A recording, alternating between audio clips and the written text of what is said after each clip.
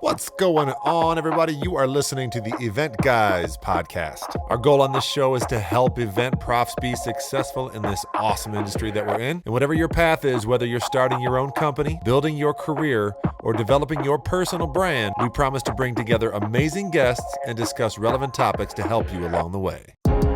This week, the Event Guys welcome Ingrid Nagy CSEP, co-owner of Catering By Design, a $10 million event company out of Denver, Colorado. It's an unbelievably amazing conversation with so much awesome stuff. Let's get right to it. Welcome, Ingrid Nagy. So Ingrid, you've got a little company over there on that side of the country called Catering By Design.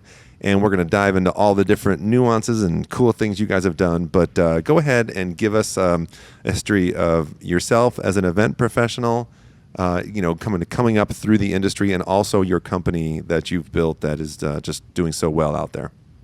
Fantastic. Well, thank you for having me. I really appreciate it. I think that probably the easiest way is for me to start with a history of how I got started in the industry and where I came from. I'm actually a native of Colorado. I have always wanted to be in the foods industry, but I didn't really know that I was going to get into the catering industry, to be perfectly frank. I came from a degree in foods merchandising from Valparaiso University in Indiana. And I moved back to Colorado in 1990, so this is going to date me quite a bit. And started working for a small catering company, was there for about 5 years, moved to Wisconsin, and was there for about 18 months and wanted to come home closer to my family because I'm a native of here and my family was still here. And had an opportunity to work with a small startup catering operation. That was in August of 96, excuse me.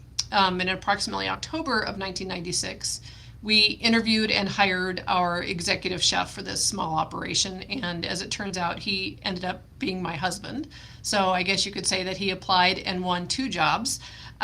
He and I started together in 1996 and grew the company to a degree that in 2002, our previous owners offered the company for a management buyout. We had 2 other business partners at the time, so we purchased the company from the previous owners in 2002. By 2005, Cade and I were the sole owners. That story is a story for another day. But let's just say I've learned a lot about business partners and business management during that time of my life, which I'm forever grateful for. Don't want to do it again. And so we bought the company in 2005, or we were sole owners in 2005. And then we had an opportunity to buy a 32,000 square foot building in North Denver, up by the airport, and so we did so in 2007. I never thought we would ever in a million years fill 32,000 square feet worth of real estate, but somehow we have managed to do so. In 2009, we started a small picnics division, and I should backtrack just a little bit. When we started, we were a very casual catering company. We did a lot of college and high school graduation parties, corporate picnics, etc. But after we hired Cade, my husband, we realized that we had the ability to do so much more than just picnics. So we really evolved what we were doing into a much more higher end company. In fact, we changed the name to Catering By Design in 2004. And in 2009, this is after the fallout of the economy, we realized that we were alienating some of our more casual customers. And so we developed Picnics by Design. So it was Catering by Design now had a subdivision called Picnics by Design. And then in 2010, to fulfill a lifelong dream after watching a video or watching a session by David Merrill, who long time ago used to have catering and decor under one roof, I was bound and determined to make that happen. So in 2010, we actually started decor division and design division. And really our big growth spurt happened in 2014. Somehow it was the perfect storm where we grew 65% that year. And at the end of the year, we took all of our our core team to Mexico as a thank you for not quitting, because it was one of those really brutal, like, hold on, you just cannot get through this. You can't even take a break. We couldn't hire enough people. We couldn't hire people because we didn't have enough time to train people. So it was just one of those perfect storms. And then we've just grown exponentially ever since then. We got our real start in 2005. And when I say we got a real start, we gained our reputation in 2005 when we were invited to cater an event at the Cater Source Conference, which happens in Las Vegas, or it did happen in Las Vegas every year. Yep. And we had the opportunity to showcase our company in front of 3,000 other caterers. And it was one of those experiences that has literally kind of propelled our company and our reputation based on creativity to the level that we do now. It was one of those awe-inspiring events that, we're a small catering company from Denver, Colorado, and we're competing with people from Miami and from Chicago, and we're doing all this stuff and sharing the stage, and we're having to showcase ourselves on this stage with all these, in front of all these other caterers. And it was a humbling, but we felt like rock stars. We incorporated new ideas. My husband is really, really, really creative. I can't put a candle on a mantle without it being in the wrong spot, but he can't balance his checkbook. So we're even. We're kind of balance each other out. That's a perfect. And so that was kind of our start in our creative. It launched our creative career, and we now that's kind of our hallmark. It's our stamp in the ground that we are creative. We try and think outside of the box. It's about the presentation, not just about the food and service, although both have to be excellent in tandem with the creativity. But that's kind of how we propelled and got started in the world of catering as far as creativity wise. I love it. There's a lot in there. Sorry, it was a lot. No. It's 30 years worth. That's of good. Lot. It's a lot in a good way because we have a lot to unpack. So we're gonna, if it's okay, I just want to jump around. We'll just go from. We're gonna make this like a Quentin Tarantino movie, right? We're gonna be here, and then we'll go forward, and then backward, all that. One of the things you said, it was in 2014 we grew 65%. It's just the perfect storm. I'm sure everybody who might listen or watch us would say, well, I want a perfect storm. I want to grow 65%. Like what? But I'm sure that was a humble, modest way to put it.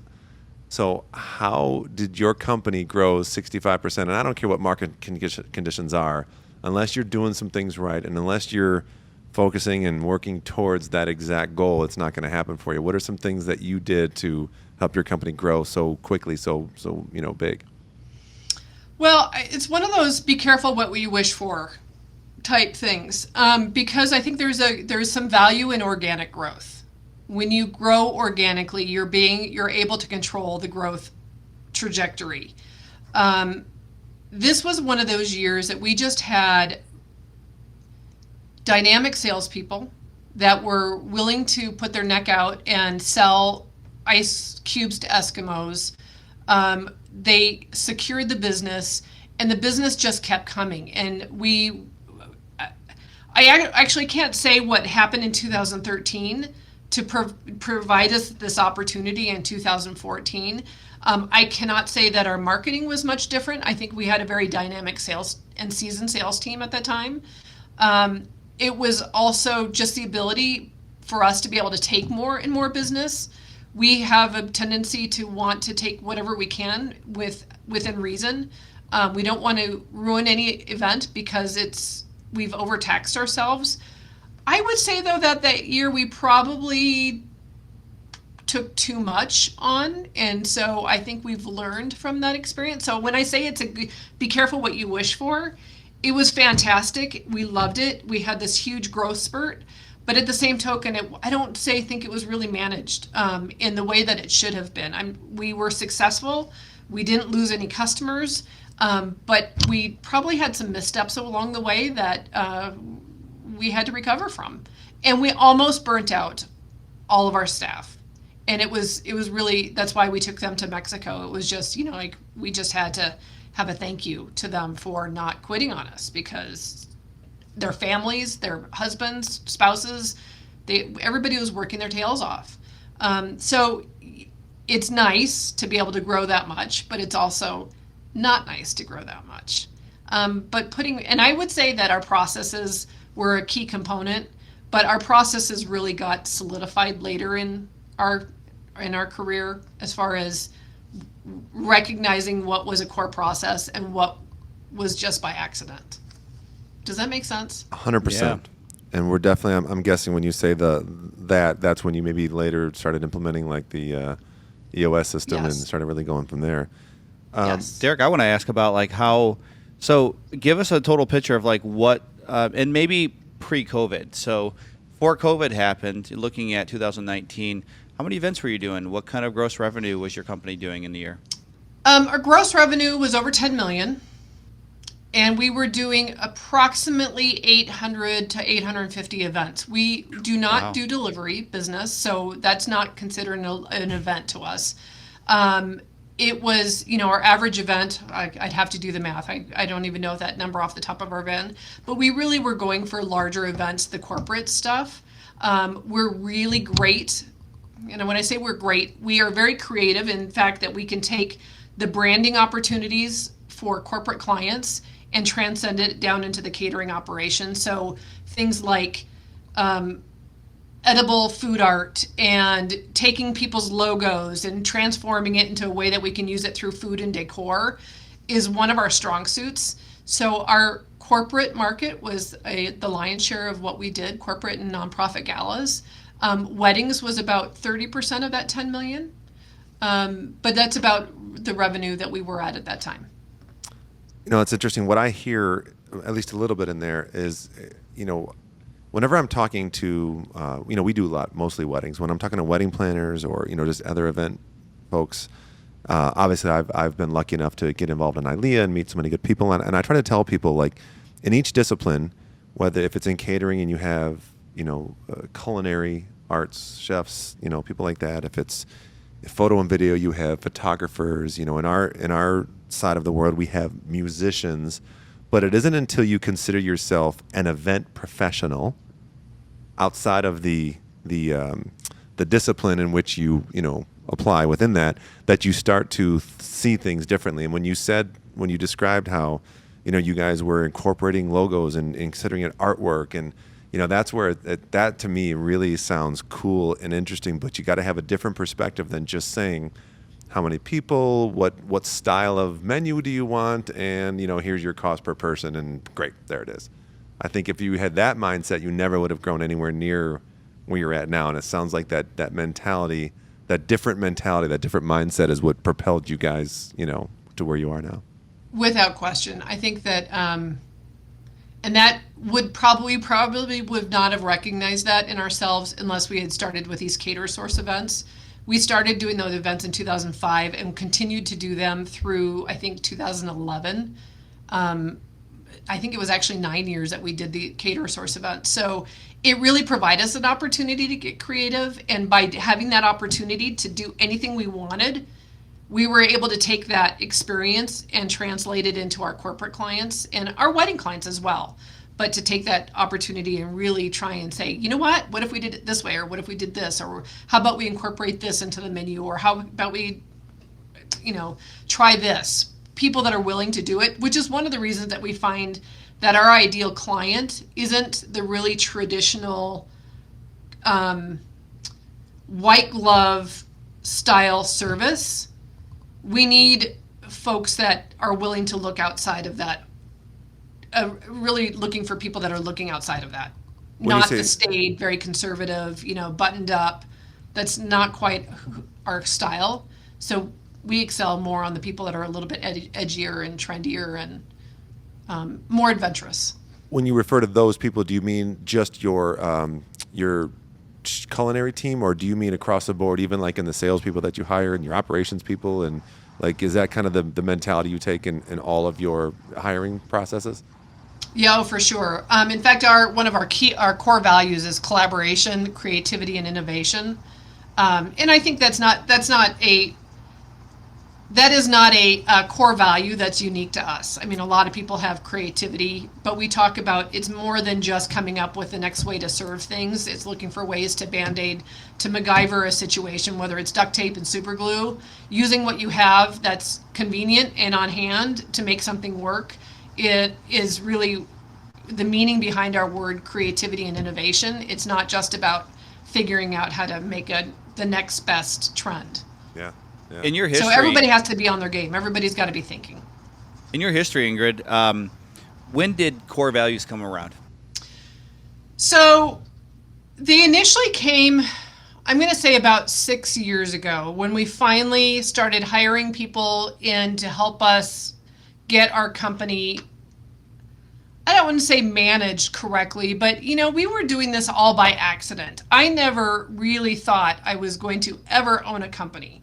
I've not had any training on owning a company. I don't feel like I'm an entrepreneur.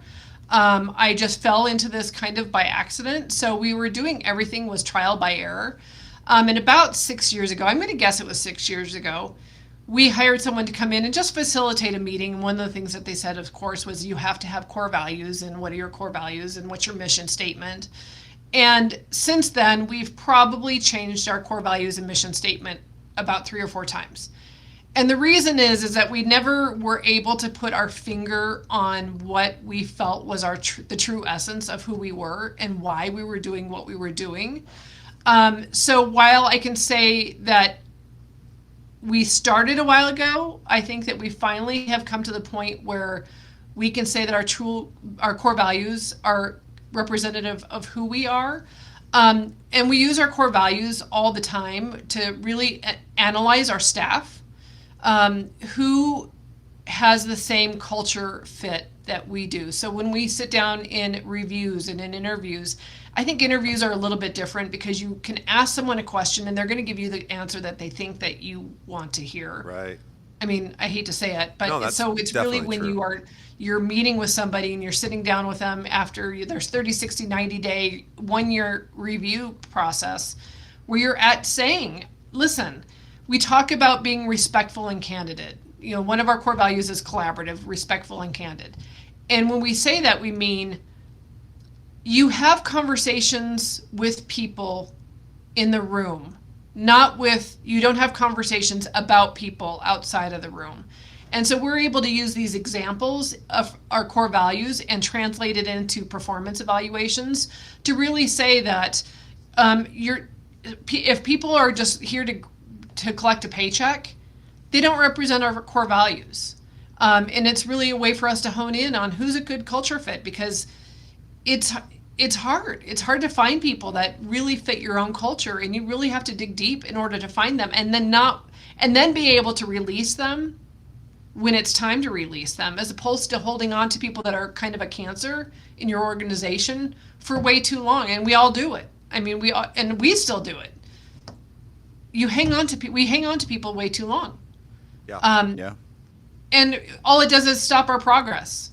I'm reading actually right now Patrick Lencioni's book, The Ideal Team Player, and it just is such a refreshing. It reminds me every time that I read his books what it means to be a good member of our team. So anyway, I don't know, Nicholas, if that really answered your question. Yeah, it's great, and I'm curious more just about like the balance of candidness with respectfulness, right? The honesty. I read a book last year called 5 Dysfunctions of a Team. Oh, of course. Yeah, great book, and it really helped me. I mean, just even personal relationships, just being honest, but also being respectful. That's a great tie to go with that, right? Not just letting your feelings go when they happen necessarily, right? But right. Can you talk about how do you find balance in leading and managing a team? You definitely want people working in the right direction towards a vision, right? So it requires a vision that they understand, but also it requires those core values, right, of how we're going to get there and how we're going to approach our clients and our team and everything, right? So, but how do you negotiate the difference between when someone disagrees and they're still following your core values? Can you talk a little bit about that? How do you have this culture of openness and candidness while, still working towards a certain goal? Well, I mean, I think let's face it, you have to all be going the right direction. The bus has got to be, I'm big, get the right people on the bus, and then the bus will drive itself type mentality. We feel like we've got the right people in our leadership team, and people are allowed to disagree with us. People are allowed to voice their opinion. They're allowed to say, I don't know that this is a good idea. We rely on our leadership team very heavily as a group to have conversations about the direction we are talking about going. And if they don't buy in, then that is the time that in those meetings are the opportunity for them to say, I don't know if I agree with this, or maybe we should do it differently, or whatever it might be. Everybody has that ability to disagree.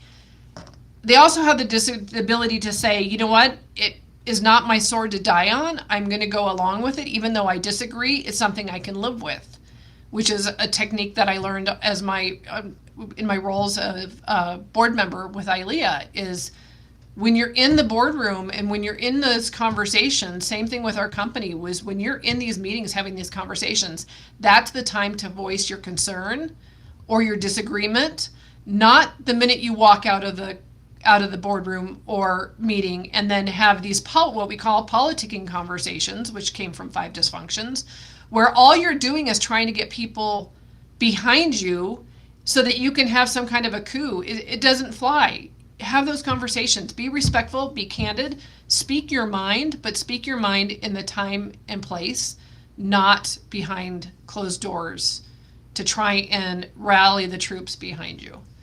So I am a very strong-willed person. So you can ask my team that they tend to shy away from disagreeing with me because I have a very strong personality. But I try to let them know you are allowed to say what's on your mind. I try to be open and vulnerable and let them know when I just don't have the answers, because quite a lot of times I don't have the answers. I need their support. We have one gal on our team that has been with us for almost 30 years. And while she's not the director level, we've kept her in our director team because she really provides that what if conversation. Or did you think about this? And she's not afraid to poke the bear. She's not afraid to say, I don't know, I think maybe you're looking at this the wrong way. So I respect that. And I need that. That's a winning culture. And you know what? I struggle with this in a leadership role of having the assertiveness. That's a word I always remind myself. You got to have the assertiveness to say what needs to be said, to do what needs to be done. And sometimes it's not the most comfortable thing. Confrontation is not easy for anybody. Some people, I guess, embrace it. But, I think the best leaders are the ones that are in the face of it, or whether they embrace it or not, are willing to have the tough conversations, say the things that need to be said, and really, get through the bullshit to finally get towards the place that you're trying to go to in the direction you want to go. For sure. Yeah. Hey, I would agree. You mentioned before how being at CaterSource was obviously a big jumping off point for you guys, and maybe didn't know it was going to be at that point.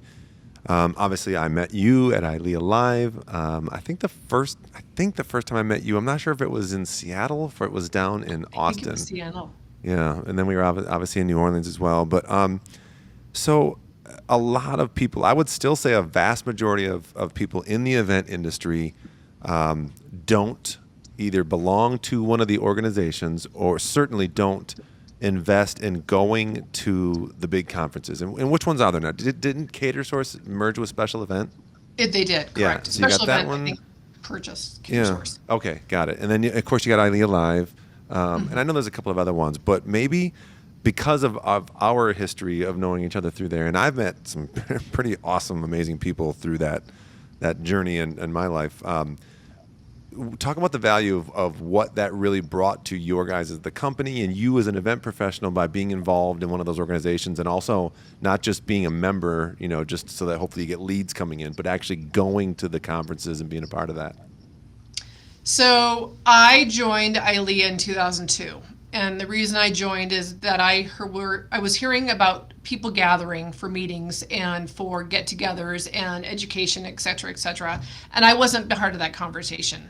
I sell green beans for a living. I did not think that that was required of me to get involved.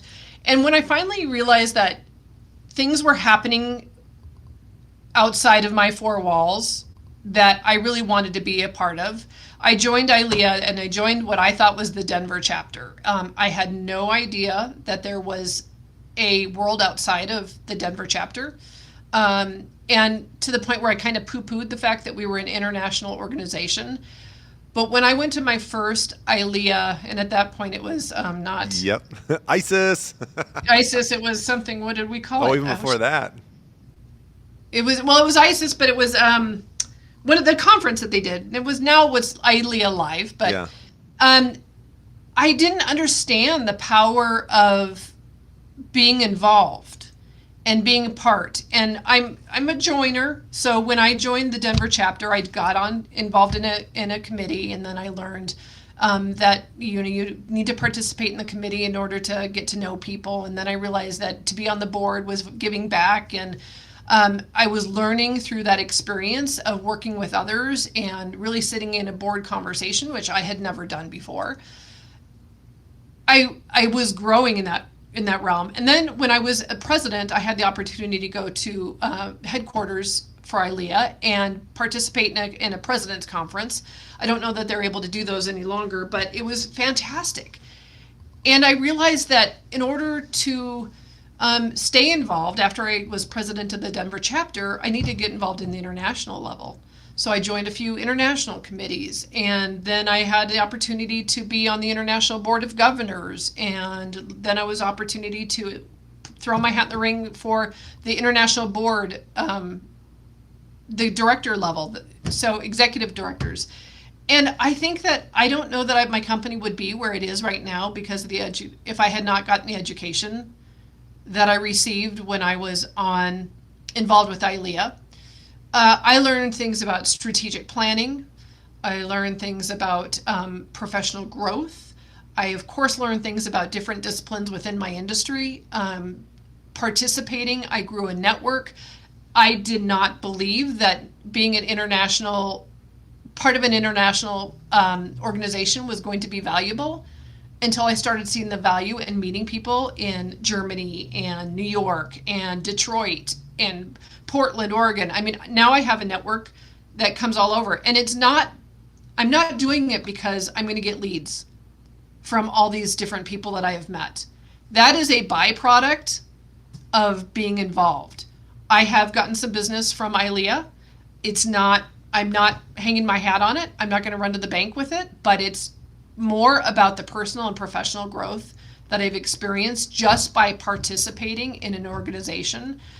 Whether it's ILEA or it's any other association that is out there, I think it's hugely valuable because it broadens your horizons, and it certainly broadened mine, and it broadened my knowledge base and gave me an opportunity to learn things that I never would have learned if I just stayed within my four walls. 100%. That's great. And I don't know if you agree with this, and to be totally honest, I absolutely feel like I've gotten more value outside of my own city from being in that organization. Because like you said, I never really joined to get leads. That the hustle and the way you build your company and your sales team, that's where your leads come from. And certainly networking, but what I've gained from going to all the conferences and meeting the people, and like this conversation we're having right now is because of my involvement in that's the value I've gotten, is more of a personal level. Honestly, earlier today, we currently have an audio-visual installation job where we're installing, as you guys know, a bunch of lights in the facility, and I've got a handful of lights that are acting very oddly.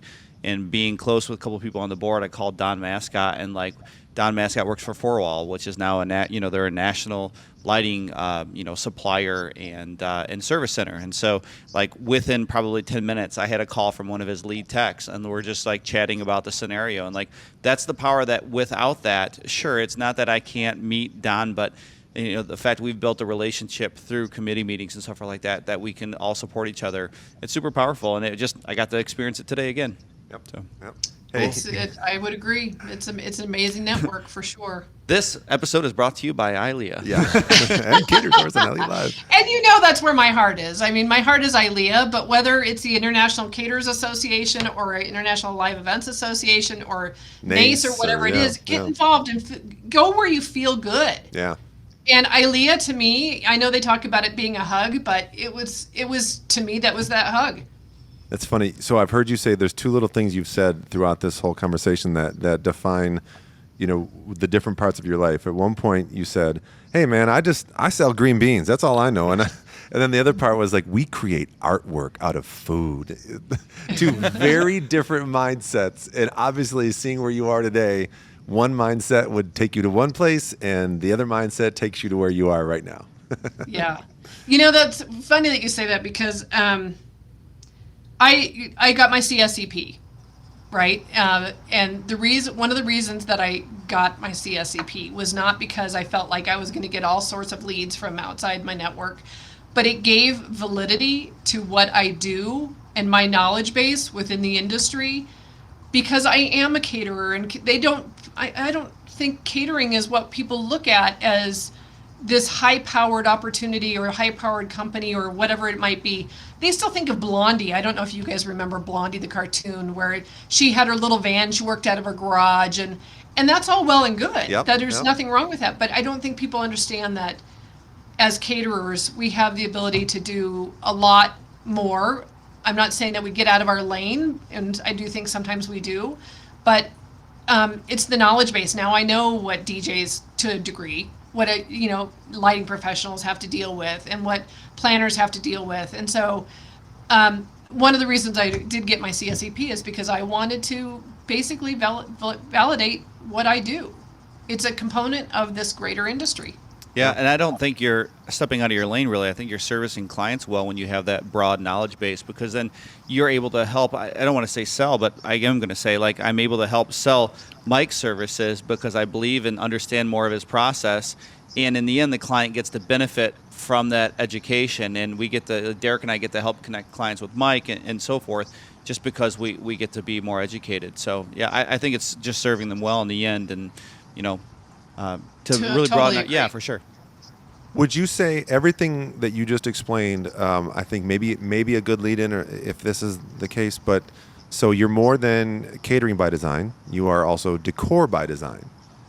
Where did that part come from in the growth of your company? How did that whole division and that part come along? So funny you should say that.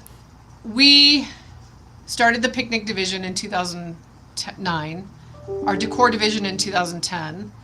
In around about 2013, we decided that we needed to put everything under one umbrella, and so we formed a company called 451 Events, which was really an umbrella company to kind of house all the three entities together, so Catering by Design, Decor by Design, Picnics by Design. And then what we realized is that we were getting some pushback from some of our planners here locally, because they thought because we put 451 Events in our name that maybe we were competing with them. And so we changed that to By Design Collective, which is a collective of all the three different brands. And this year, now that we've had time to really think about it, we're Catering by Design. We do picnics, we do decor, but now we're really Catering by Design, and we have all these different services under the Catering by Design name. So we, I'm not even quite sure why we decided to go. Well, I do know, because we were having a little bit of identity crisis. I answer the phone Catering by Design every single time. Whenever I pick up the phone, it's Catering by Design. It wasn't By Design Collective. And we realized that really our name can stand on its own as Catering by Design and offer these different services underneath that umbrella, as opposed to trying to have three different brand names. We just weren't doing it very well. We weren't doing the three, going after it very well. And we had a brand identity crisis, I think, a little bit. Our website was a mishmash of a bunch of different things. It wasn't cohesive. So we're actually right in the process, because this is what you do during COVID, and when you don't have work, is you tighten up your website and you tighten up your processes. So we're tightening up our website and kind of tightening up our brand. And funny you should say that. Playing. We just recently had a conversation with a very nice, wonderful young lady named Nikki Knuckles. I love Nikki Knuckles. Yeah. And she said that she's doing some work with you guys. And Yeah, she's wonderful. yeah. Yeah. Good old doodle dog. Yeah. We just really enjoyed that conversation. That was awesome. And she's fantastic. Yeah. Yeah. So, okay. So this is a really, really good transition. We love talking to our guests about branding, both as a company and personal branding. And so you have had some struggles trying to decide what is your brand, and something you said actually I really sounded kind of cool to me, the thought that ultimately the words that name your company are less important than what you do, how you do it, and what people know you for. And just because you answer the phone Catering by Design doesn't mean you can't do all of the things that you were just describing. But and again, we haven't even talked about like the whole EOS thing and all that. But from a branding standpoint, how does that work into the daily function of what you guys do, and how do you guys attack the meetings, and where does branding fall into operations for you? Well, I think it's probably fairly elementary for us. Staff are dressed the same way. Our email signatures are the same. Our fonts are the same. It's really simple things like that. I have taken over the marketing and branding for the company since COVID. And so I'm learning a lot about branding and brand recognition and name recognition. And that's one of the reasons that we did go to the Catering by Design name, is because I think our industry knows our company as Catering by Design, not By Design Collective. And so our Instagram page was By Design Collective, and that's one of the reasons we migrated over, is our Instagram, Facebook page. I don't know that people really knew who to look for. When it was By Design Collective, they would have to look for Catering by Design to find us. And there are other Catering by Designs throughout the country. We're not the only ones. It's not a franchise name by any stretch, but there are quite a few of us. So really, when we talk about brand, we talk about the experience that we want our clients to have, whether it is from our culinary team, and it's internal and external experience. So we want our clients to have the same experience whether they talk to me or they talk to one of our designers. And we want our client to experience that same warm and professional but yet friendly interaction, whether they're working with our service staff or with our warehouse team. So it's really trying to make sure that we're portraying the same image when we go out on site. We talk about our brand image, and so when we go out and do an event, whether it is a very low budget event or higher budget, we want the client to have the same experience. So we're really trying to make sure everybody is on the same page, that it has to look good, it has to taste good, and we have to provide great service, because that's what we expect from all of us. And so just because someone isn't paying a huge amount of money for their event doesn't mean that they can't get the same type of experience. Does that make sense? Does that answer it? Yep. Absolutely. I had a quick question kind of following up on that. So obviously you have the brand, and it kind of goes from initial point of contact when clients come in all the way to service. How do you kind of disperse that amongst your team? Is it just, hey guys, here's a manual, or I would imagine it's a bit more in depth than that. I'd love to hear a little bit about that process. Well, this is one of the EOS things, and we'll get to that, I'm sure, in a minute. But we have always had really great systems. It's just what our company has been built on. We have a system, our core processes, our systems for doing things, because we know when we do them and we follow the core processes, our events will be successful. It's usually when someone does not follow a core process that we end up missing a piece of equipment on site, or our staff are showing up and they're not trained, or whatever it might be.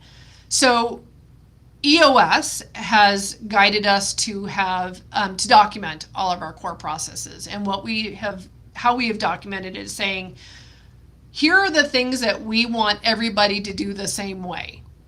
And it goes from the initial phone call with a client, how we answer the phone, how how we do our SEO review, so our special event operations meetings where we talk about each event in detail, how things are packed, how things are prepared, how things are ready to go out for shipment, etc. So we have our core process is the what, when, why, where, and then our how we do it are the how. So we don't get into the minutia on the core process. It's more like, here is why we enter a client into Cateries, which is our catering software program. Here is why we enter them in a certain manner into our software. This is what you need to do. This is what you need to do. But to figure out the details and the minutia of how you do it, we point them to a how we do it. So that is like, okay, on this screen, you go from this, start here, enter it here, go on and on and on and on. So we feel that core process and systems are very important for the success of our company. And we know that when we don't follow them is when we tend to derail. Ingrid, you That said was a long we always... answer, sorry. Oh, yeah. No, Mike, did you have more on Nope, that? go for it. You said you always had great systems. Can you talk to us about that? Why? And why do you attribute that? Yeah. The systems, it's when people start to go, I will tell you a funny story. When I first started working for another catering company way back when, right out of college. So this is an example. They gave me instructions to count the napkins at the end of an event. And this is a big event. It was like 2,000 napkins, right? So they said, bundle it in groups of 10, tie it with a 10th napkin. So we have bundles of 10 napkins so we can count them easier. Well, I thought it would be a good idea to save time to do it in bundles of 15. And so because I thought that was a good idea, I started bundling them 10,000 and we end up having to recount everything. So it's just an example of why systems are in place, is that when people start to go and think that they've got a better idea without it being flushed out, you don't know what you're going to get. And it's usually when people don't follow a system that we forget menu items on an event, or we haven't packed something out that should be packed out, or we get to site and something is broken. So the systems are in place to make sure that every event is as flawless as it can be. I mean, I don't think that every event is flawless by any stretch. I think we're all like paddling like ducks underwater some days. But it helps us make sure that we're not wasting time redoing and doing over and over and over again and making mistakes on an event that can cost us either money or reputation. You know what yes, systems are hugely important. What I was hearing, and I'm actually realizing that I'm kind of guilty of, is as event professionals, there's two parts of our world, right? There's the Monday through Friday. There's, running our business, selling, contracts, planning. And then there's the events themselves. I'm very focused on my processes and my systems here at the office. But when I'm at a wedding, when I'm running the band at a wedding, it's just like, we do great jobs, but I don't have documented systems for me and the musicians and for my other bands on how this is how you do, it's just like, well, they're talented people, go be artists. And right. Something you're describing, as you were talking about what accountabilities you hold your people to on site at events, I think it's something that me personally, I'm going to revisit this year on what are the systems we employ at an actual event, not just when I'm in here, writing a contract and walking them through the process there. That was a good piece there. So let's see. I got so many more fun things. I'm trying to figure out what I want to try here. to So how about EOS? Like, when did you implement it? Yeah, and on that, did you implement it yourself, or did you kind of go with a mentor or something? Yeah, an integrator. Yeah. So EOS, as you guys know, and I'm guessing your listeners know, is an entrepreneur operating system. Yep. Traction it's also is the known book. As Traction. Yep. I'm a member of EO, which is Entrepreneurs Organization. Are you guys join EO? Yeah, Note to self. We're starting to hear. So you are one of a number of really awesome, successful people who have built and run businesses who we are lucky enough to be able to have these conversations with. And what we're starting to learn is there are a lot of consistencies among people who are at a level that you're at, that we and a lot of people that'll be listening to this will strive to achieve. EOS comes up a lot. A lot of the mentalities that you have come up a lot. And EO has now come up multiple times as well. So I know. I want a button right here for DJ Khaled that says another one. Every time we hear something like that, we're going to tap that. Yes. Yeah. Okay, so anyway, go ahead.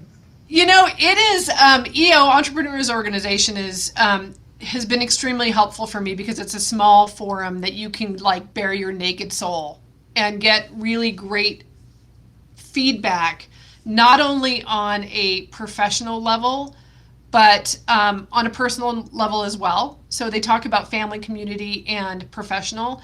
I went in thinking it was going to be all professional, and I had vulnerability hangovers like after the first day because I'm the crier of the group, and I tend to get a little bit weepy when things get emotional. But I was going through when I started EO, I was going through somewhat of an identity crisis. I had hired a general manager to come on to help run the company while I was preparing to become the president of ILEA.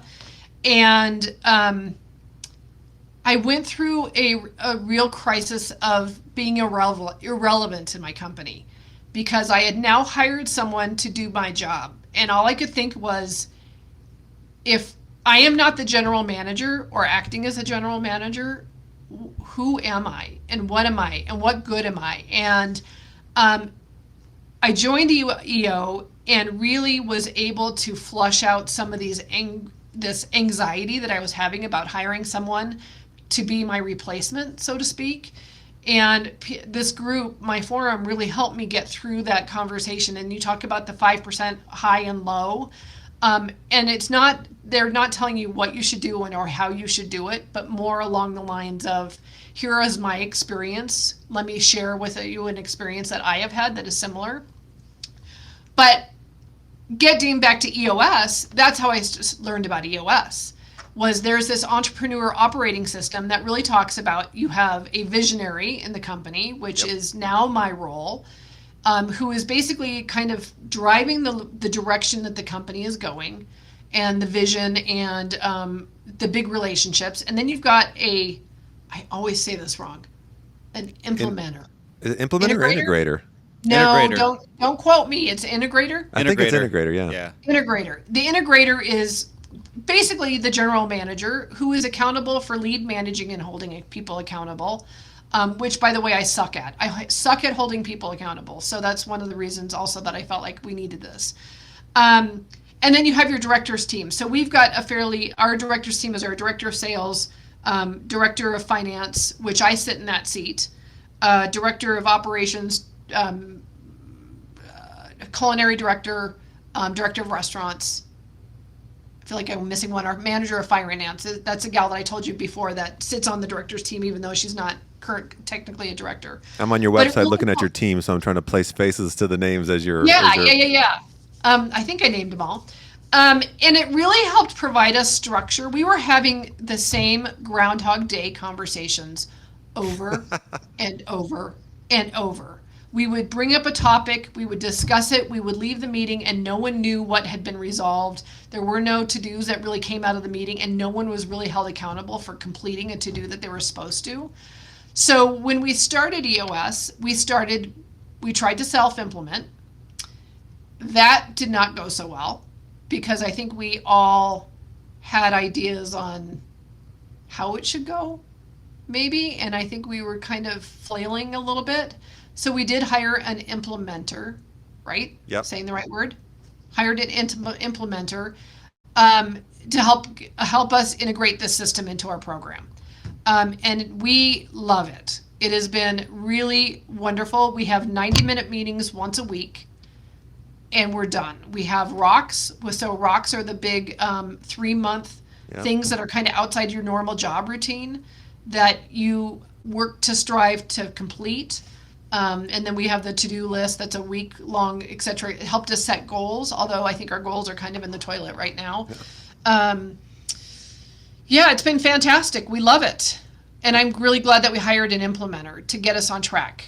And I could say for anybody who might listen to this, even if you're a one-person company, this system still would absolutely be relevant for you and helpful to go through these exercises. Because one of the parts of the book, when it makes you write out your organizational chart, they say when you start a company, you're literally you put the chart, which takes states all the titles and the roles, but at first you put your name in every single one of those slots. And then, like you just said, over the course of time, other people's names go into those slots as you grow. And then you added an interesting piece of that of how you felt as you put somebody else's name in the role that you were in before. And I'm guessing you've come to terms with that, and you've I would see that as, I was taught by leaders that if you make your own job irrelevant, then you have nowhere to go but up, right?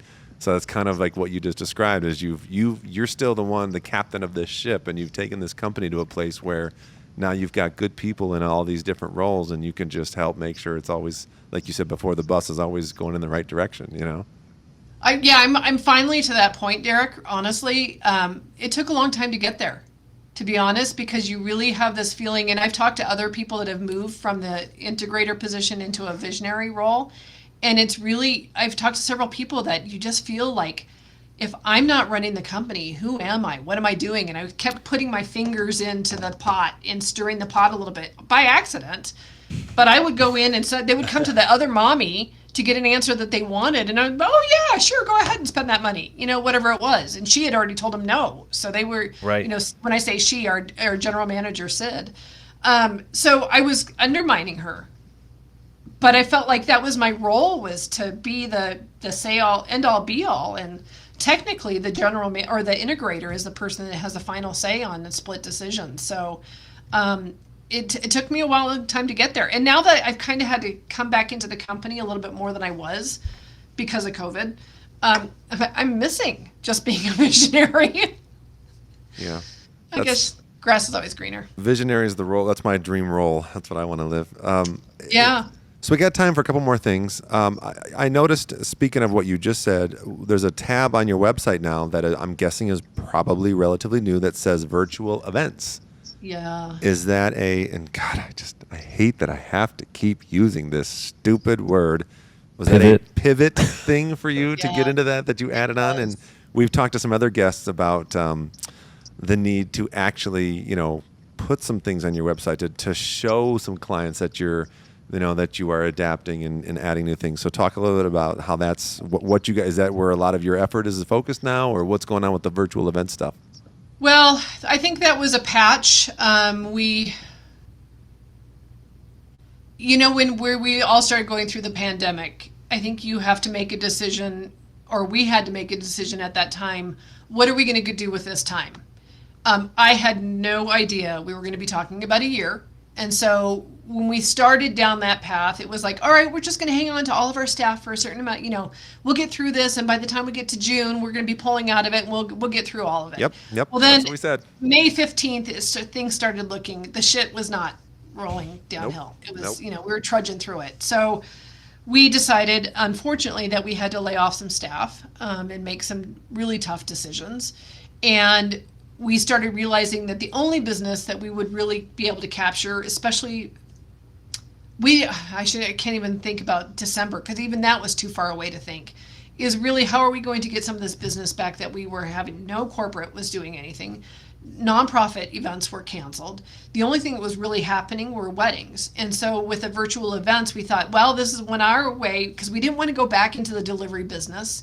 We had deliveries up until 2010, and we realized that we were not doing it very well, and we couldn't make money off of 10 box lunches. So now we're making money off of dinner for 4. Yeah. As part of our pivot. But the virtual events was good. We're still doing it. We will do it. I think we will continue to do it for the 2021. But it really is delivering meals either here locally or shipping meals outside of the state or outside the Denver market. It's been a pivot, and it's also been a very big learning experience, especially when we shipped our first meal and everything came back to us in a disaster heat because we didn't pack it correctly. Talk about core processes. Oh boy. So we've learned a lot through it. It's not going to get us back up to our previous levels of revenue by any stretch. And it's hard. It's hard to make, it involves a lot of effort. We have our IT director is able to set up Square site so people are able to order online directly through our Square site. And it's been successful in that realm. We've been able to figure it out. We've been able to sell it quite a bit, but it's not going to get us back to where we were prior to the pandemic. So we're continuing to do it as long as we need to. Yeah. And it's a pivot. Yeah. I mean, really.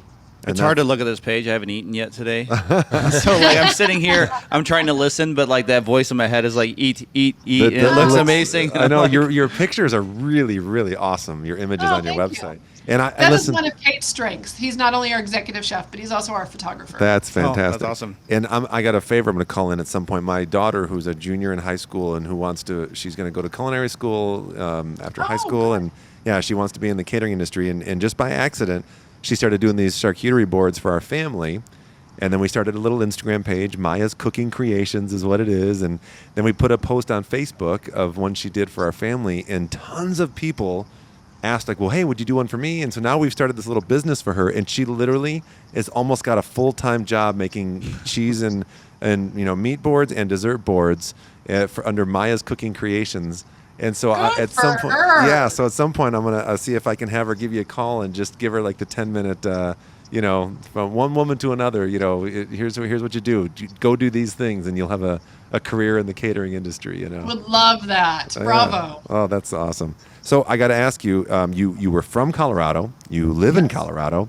Yes. Please tell me that you are a skier and that you take advantage of those mountains just west of you. I am. I grew up in southern Colorado. I was born in Denver, so I'm an actual native, not a kind of native, but I'm an actual native of Colorado, and I wear that badge proudly. I grew up in southern Colorado in a little town called Alamosa, and we had Wolf Creek Ski Area, which always has the most snow in Colorado. That's where I grew up. That ski area started when I was 4. But I've gotten old, Derek. I don't ski as much as I used to. I broke my hip a couple of years ago skiing. Just had one of those crazy, caught an edge and fell over and fractured my hip. And now I take it a little bit easy. My daughter loves it. Yeah. My husband does not, and my son does not. So it's really one of those things that she begs me to go. And we have season passes. Like the Epic Pass? I feel like we need an event guy ski trip. Yes. Out to Colorado. There you go. I got do. a place We for can you to come hang stay. out. I just had a full knee replacement surgery less than 3 months ago.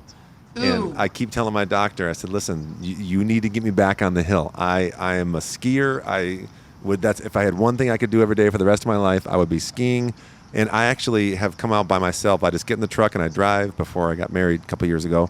And Loveland is like my favorite place to ski out there because it's not all touristy. You can park and ski. I'll stay over in Summit, in Durango. I'll stay, or Silverthorne, Dillon or Silverthorne there, and then just go over to Loveland. Awesome area. And oh God, I love. So good. Now I'm itching. Now I got to get out there and hit the slopes. Well, we've got a place. Do you know where Fairplay is? Yeah. This is a side conversation. We have a place in Fairplay, so if you ever want to come out, you've got a place to stay. Okay, this is documented. Y'all hear this? This is recording. I'm more than happy to have you come out. So we're going to do that. We're doing a follow-up. We're doing a follow-up. Yeah, that'll be episode 2. Yeah, with Ingrid Nagy, where we actually go out and do it in person. Oh, that's awesome. On the And lift. you got to ski with us too. Yeah. I will do that. We'll take it nice and easy. My knee, your hip. We'll just, slow and steady, right? One of my favorite stories. My stepfather taught me how to ski, and we started when I was about 8. But I remember one time he was telling me he had to be probably mid-50s. And he said he was at the top of maybe a pretty difficult black diamond run or something like this. And this older guy, he had to be like upper 70s, maybe 80, like got to the top of the run and said, oh, I didn't know this was a black diamond. And my stepdad said, well, take it real easy. I'll watch you. Make sure you get down okay. And then my stepdad turns his head for a minute, watches it, like wipes his nose, looks back, and the guy's like, shoo, shoo, shoo. Oh, of course. Just hitting the moguls like all the way down, Yeah. So I think it's a good sport for any age, and we should have you come out with us. So. Yeah. I would love that. We're doing that for sure. Fellas, any final questions or thoughts? Or I feel like we could could keep asking. I've got like all these notes of questions and topics, but like we got to wrap at some point. Yeah, and we already have a second episode planned here. Yeah. Ingrid, you are such an awesome person. And I don't know if I mentioned this to you, but there was a time this was in, I'm pretty sure, Austin for ILEA Live. I got there a day early before any of my Detroit team members did. And and somebody, I forget, from the team said, "Hey, we're just down in the hotel lobby, if, not from Detroit, said if you want to come down." And I came down, and you were so polite. You throughout the whole conversation, you made a point to involve me and ask me questions. And it's not easy when you're in a group setting of, let's say, 15 people who all know each other and one person who doesn't. It's easy to let that one person just kind of quietly sit at the table with their drink, but you didn't. And you got me involved and just asked questions. And so I've always remembered that, and I appreciated it. And even when I saw you in Northern Michigan, you made a point to walk up and say, "Derek, how are you?" And I think those kind of people are few and far between in our life. So you made an impact, and I appreciate it. And you're just seeing your company and everything you do is just awesome. And for all the event profs out there, and definitely this conversation with you, for anybody who is a small business owner or has an entrepreneurial side to their mind. Seeing somebody like you and what you've done is definitely a roadmap to getting to where you want to be. So just thanks for being you, and thanks for spending some time with us. And this has been really, really fun. Well, I'm sorry. Like I said, thank you for that, Derek. I really appreciate it. I know what it's like to be that person in the room that doesn't really know anybody. So I try whenever I can. But and sorry, this was such a shit show, me getting my shit organized. Well, nobody that's watching is going to know that, because we're going to edit that part out. Yeah. Well, good. Thank you. I mean, they know now. Because we're going to leave that one in, of course. Yeah, exactly. No, this was a lot of fun. It was great talking to you guys. I really appreciate the time. I know you guys I'm in awe of what you guys are pulling together. I think this is amazing. Well, we hope to get it all over the country. We were looking hard, and we couldn't find anything from an event industry perspective that was out there like this. And so we hope to get it out around the country and, well, anywhere really. Yeah, and Ingrid, if you have some guests or people you feel like we should talk to that that are around this country, we'd love to do that. So if you want to follow us up with an email and say, "Hey, you should really talk to this person," we want to do that. Good stories need to be told. Be happy. What's that, Mike? Good stories need to be told. That's true. That's true. Awesome. But my one request is, if you talk about anything about the virtual event, don't put anything where I'm like, yeah, it's not going to make us any money. Because if there's anybody listening that actually needs a virtual event, you should totally call us. Yeah. Call us. Call today. There's a filter in the audio software we use that can change the tone of your voice from sad to happy. Oh, make it sound like, yeah, we're doing virtual events and they're awesome. We'll put like some happy music behind it. We'll have unicorns floating across the screen. Overdub it like a Japanese kung fu movie, right? Yeah. Jewel was doing that yesterday. Funny. All right, Ingrid, thank you so much. We're looking forward to getting this one out there for sure. We're definitely looking forward to coming out and seeing you when we get there. And wide open invitation. We're going to take you up on it, I promise. All right, Ingrid, thanks. Have a great day. Thanks, you guys.